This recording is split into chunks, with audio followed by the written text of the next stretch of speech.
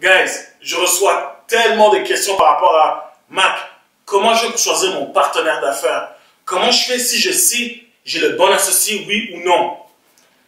Honnêtement, c'est la question que je trouve la plus importante. Parce que lorsque vous êtes tied up avec votre partenaire d'affaires, c'est comme un mariage.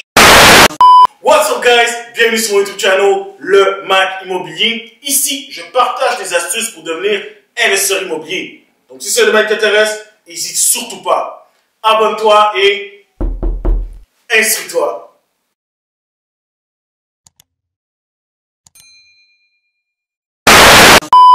Donc, dans la vidéo d'aujourd'hui, guys, on va voir 3 astuces qui vont vous permettre de bien choisir votre partenaire d'affaires. Parce que comme j'ai dit un peu plus tôt, c'est comme un mariage.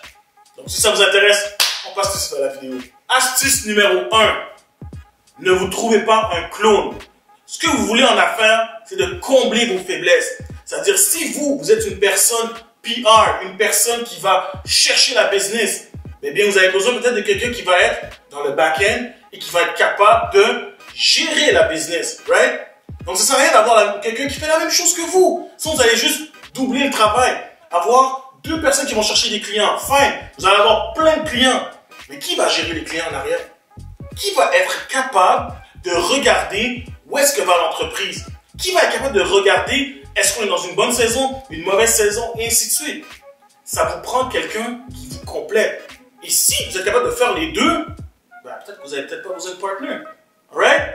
Mais honnêtement, je déconseille d'aller chercher un clone. Astuce numéro 2. Les émotions, guys. Il faut mettre les émotions de côté. Je vais vous dire quelque chose. Le premier réflexe qu'on a lorsqu'on veut se partir en affaires, c'est de vouloir se partir en affaires avec nos amis. Mais est-ce que nos amis, c'est vraiment les personnes avec qui on doit se partir en affaires? Pas nécessairement. Parce que, exemple, vous avez un ami qui est paresseux, mais qui est un bon ami, qui est toujours là quand vous avez besoin de lui. C'est pas avec cette personne-là que vous devez vous partir en affaires. Parce que, s'il est paresseux, vous allez faire 80% du travail, et lui va récolter quand même 50% des efforts. Et à un certain temps, nous sommes humains, ça va développer des frustrations. Et vous ne voulez pas mettre une amitié en péril à cause de la business nécessairement. Donc c'est pour ça que je vous conseille, je vous invite à vous asseoir, de mettre tout sur papier, de vous assurer des tâches de chacun, et de vous assurer que vous êtes rémunéré en fonction de l'effort que vous faites. Alright? C'est l'astuce numéro 1. Astuce numéro 3, la documentation. Guys, il faut absolument tout documenter. Right?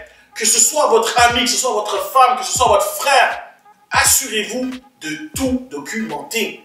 Une incorporation bien faite par un avocat, qui est capable de répartir les parts de chacun, l'expertise de chacun. Right? Qui fait quoi? Qui est responsable s'il y a telle tâche qui n'est pas effectuée? Tout ça, ça doit être documenté. Et en plus, si ce n'est pas effectué, qu'est-ce qui se passe? Une convention d'actionnaires. Parce que aussi, malheureusement, ça peut arriver que dans votre partenariat, il y a un décès ou quoi que ce soit. Il faut que vous ayez des portes de sortie pour chaque situation.